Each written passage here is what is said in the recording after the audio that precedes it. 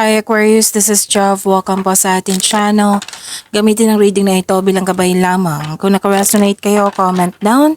Kung hindi ko naka-resonate, ibigay niyo po sa iba kasi channel reading po ito. This is for you Aquarius.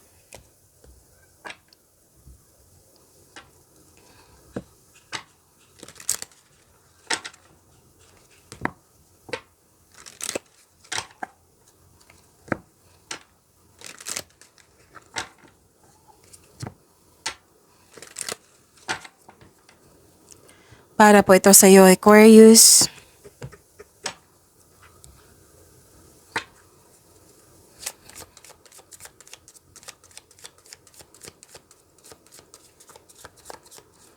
Maraming salamat po sa inyong patuloy na suporta at maraming salamat din po sa mga hindi nag-skip ng ads.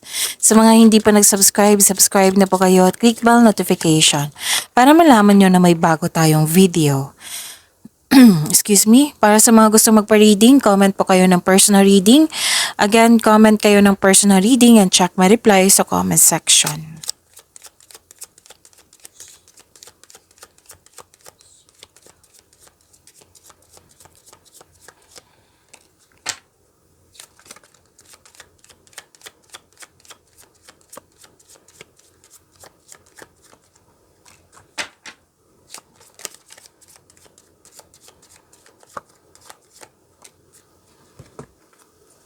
Dalawang card nagsabi dito na posibleng may travel kayo or may lakad. Pwedeng adventure or bakasyon ito. Okay, bibigyan mo bibigyan mo na ng action yung matagal mo ng plano. At career stability, kitang-kita ko yung career stability dito. Prosperity is yours. May dumating na project or opportunity na bibigyan mo ito ng long-term plans. At naguguluhan ka, nalilito ka na kaya ka may kausap dito na isang mentor, elders, wiser, parents, at nagbigay ito ng wisdom message sa iyo na siyang dahilan na bumalik yung power mo. You're taking an action with courage na. Again, you're taking an action na. With courage.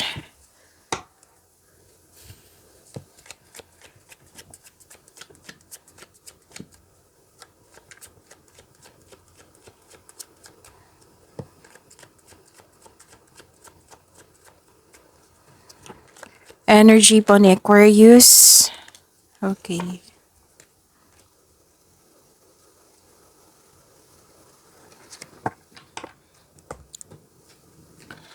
Aquarius, paalala lang po, lalo na sa mga bago dito. Kung may napansin kayo na repeating message, meaning to say pinupush ng cards niyo yan. Like for example, nanood kayo sa isang video reading natin at dito rin. Tapos may napansin kayo na ulit na mensahe. Yan po yung pinupush ng cards na kailangan yung bigyan ng atensyon, solusyon at aksyon kung maaari po. So ano yung energy ni Aquarius? May natanggap kayo ng malaking blessing at naging generous kayo. Maraming umaasa sa iyo, Aquarius. Practical ka sa buhay, mahusay sa buhay, maparaan at mapasuporta. You have abundant in life, Aquarius. Wow. Claim niyo po.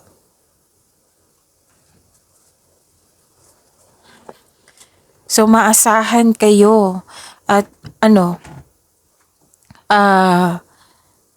okay. May nakita ko dito Pwedeng may nag-aalaga sa iyo na mother or pwedeng may nanganak, may nabuntis.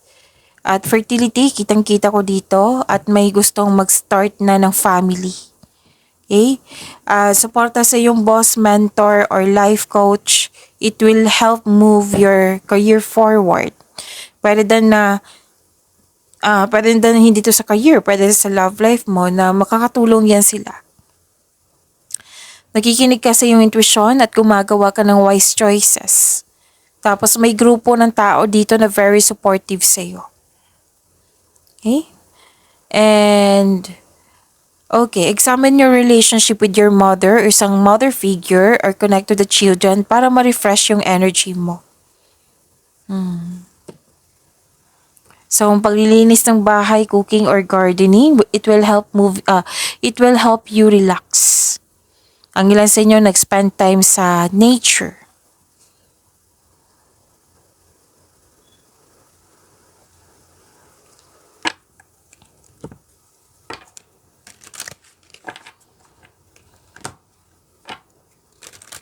You're feeling trapped. Nagkaroon ng restriction. Na-stuck ka sa isang sitwasyon, para kang nakatali sa isang bagay or sa tao or ikaw ay nahihirapan. Pwedeng lumabas to kahapon sa inyo or the other day, check nyo. And na-stress ka dito or you felt defeated. Oo, kasi hindi ka lumaban. Nakaramdam ka ngayon na parang nakakulong ka sa isang sitwasyon na hindi na ayon sa iyong landas. So sabi ng card dito, kayo lang po ang makakawala dyan sa nararamdaman mo. Yung alam mo na dapat na palayain yung sarili mo. Ngunit hindi ka sigurado kung paano. So humingi ng tulong. Humingi ng tulong kung sa tingin mo naipit ka na. And this card asks you to change something para ikaw ay makawala at makahinga. So this card asks you to step forward towards to your goal. Trust yourself and be patient. Ang prosesong ito ay nangailangan ng pasensya at tsaka. Pero alam ko magagawa mo ito kasi may nakita kong movement dito. Transition.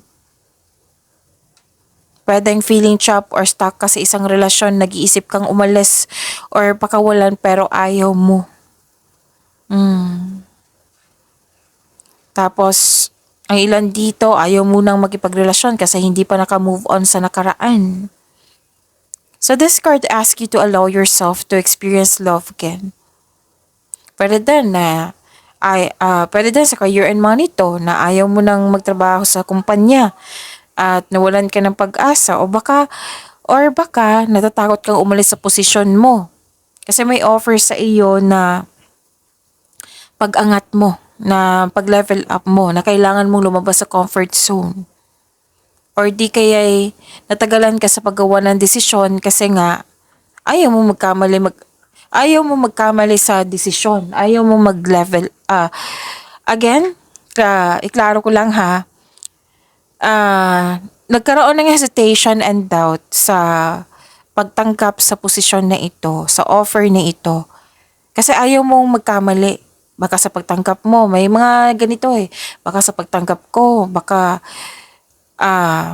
mali yung desisyon ko. Ganon. May mga ganyan. Okay?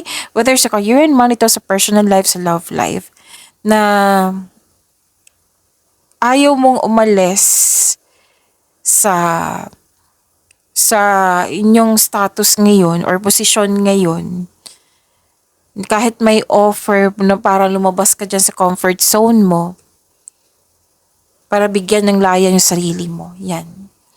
So, this card tells you na humingi kayo ng guide kay God para mapalaya mo ang sarili mo sa takot na nararamdaman mo ngayon.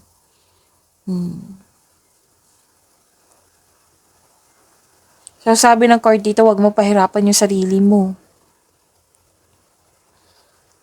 Kung nag-aalangan kayo sa nag-aalangan or nag-hesitate kayo, natagalan kayo sa paggawa ng desisyon, gawa kayo ng konkretong plano para mawalan na itong hesitation, fear na ito. Okay?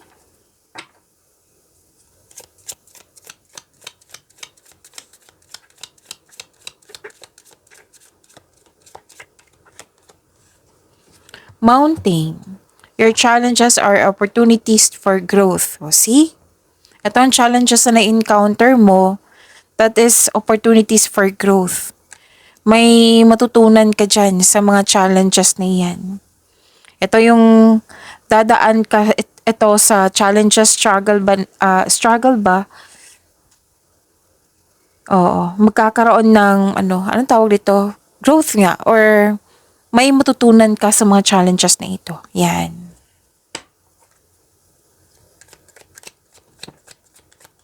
Your challenges are opportunities for growth. Ang ganda.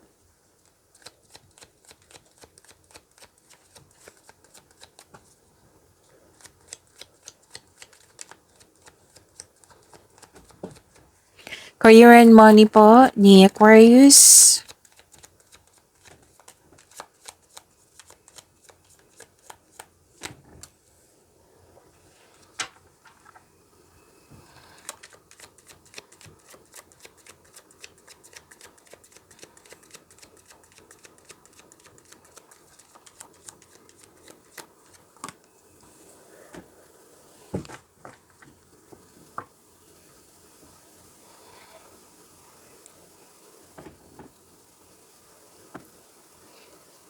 Okay. Sa career and money niyo po,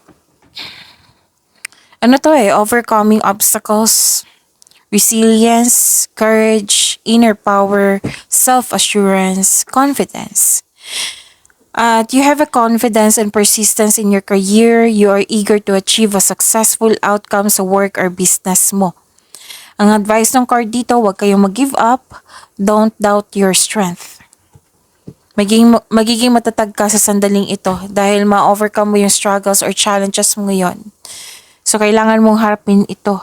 Move forward with courage. You don't know your own strength until it is tested. Feel your fears and take action. At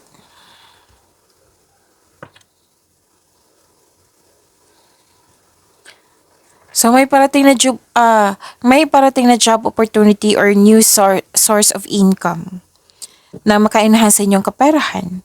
So, sabi ng card dito, huwag palampasin ng pagkakataon na ito. Pero doon, nag-enjoy ka sa current work mo or masaya ka sa workplace mo, magaan kasama yung mga kasamahan mo. So, mag-focus kayo sa pag-aalaga sa inyong career and money and take time for yourself also. Oh, may personal development nga dito.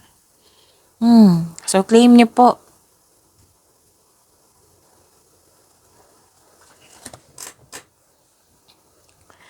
Satisfaction and abundance. Yan. May natapos kang proyekto dyan or trabaho, sobrang saya mo at satisfied ka sa naabot mong completion. Sa mga may trabaho, expect a recognition for a job well done or may nakita rin ako ditong promotion. Okay? Following intuition and honoring your ideas, it will lead you to increase prosperity and abundance. So this card signal abundance in all areas of your life, sa career and sa money, sa personal life. Thankful ka sa mga biyayang natanggap, you have overflowing abundance. Successful ka at satisfied sa buhay. So this card asks you to relax and enjoy mo yung work mo. Oo.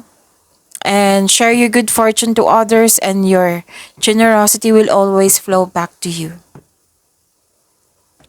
Okay, so may ending with new beginning.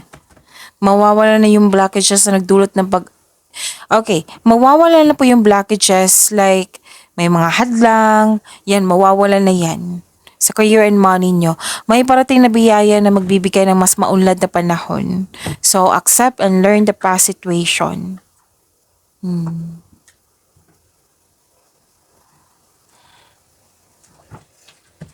And, ang pasensya na po, may lumapit na bata. Okay, ang advice ng card na dito, Aquarius, to achieve a success in career and money, kailangan mong mag-focus, comes with determination and clear intention. Gawa po daw kayo ng konkretong plano, sabi ng card dito. Okay, you have success in the face of difficulty. Guarded ka rin at the same time. Nag-iisip ka muna bago gumawa ng desisyon. Take time at magkaroon ng matibay na plano. Oo. At natatakot ka talaga mag-decide dito. Or may iniiwasan ka na failure. Or negative outcomes. Kaya ka nag-alinlangan talaga gumawa ng desisyon. So this card asks you, don't hesitate too long. Listen to your intuition. Sabi ng card.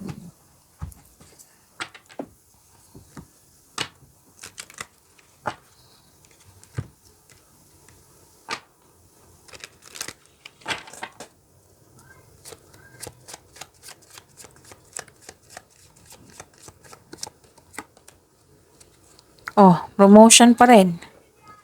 Level up pa rin to, Aquarius. Wow. Career is on the rise, new offers and opportunities, salary increase, go to the next level. Tuloy-tuloy na yan, Aquarius.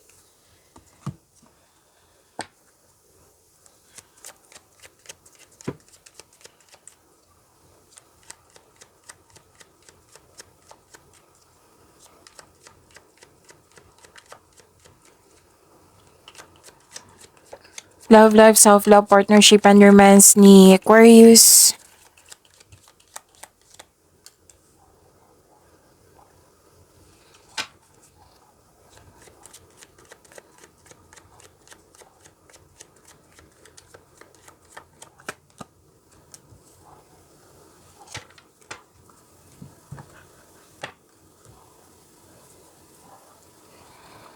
Okay.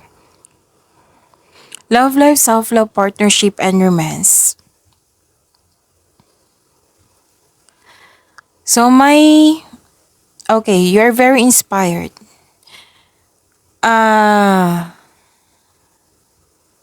May nagkabalikan, may nagkasundo, may nag-agree dito na magdagdag anak.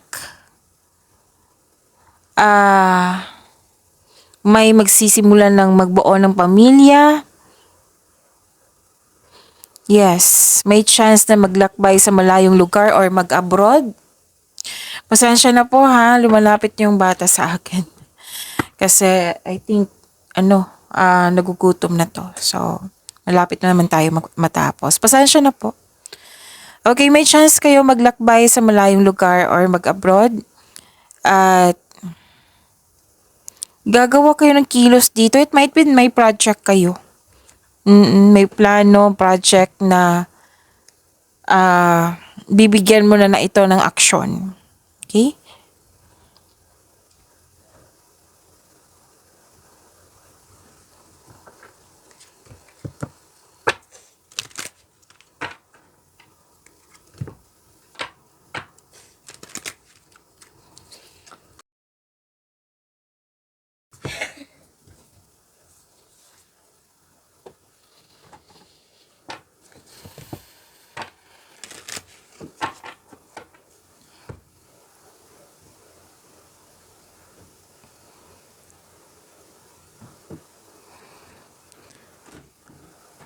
Sa mga single dito, may parating na love or romance. Para sa mga relasyon, may plano kayong project nga ito. Okay. Dalawang card na mismo nagsabi dito na may project kayo para sa pag-level up nyo. Like for example, mag-iipon kayo, mag-hard work kayo, tapos mag-iipon kayo for para pang kasal or pag bibili kayo ng property, may ganyan ako nakikita.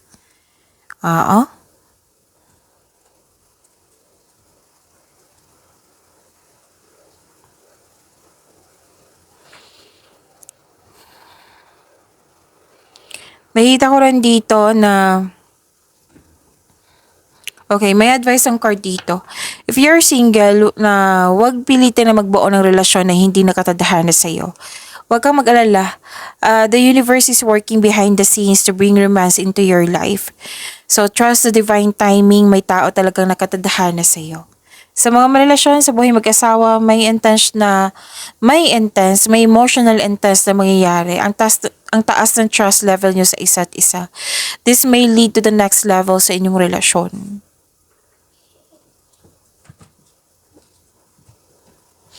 At nakikita ko dito, nagkaroon po ng may desisyon ako nakikita dito na some of you, may energy ka sa dito na mag-walk away or mag-move forward na.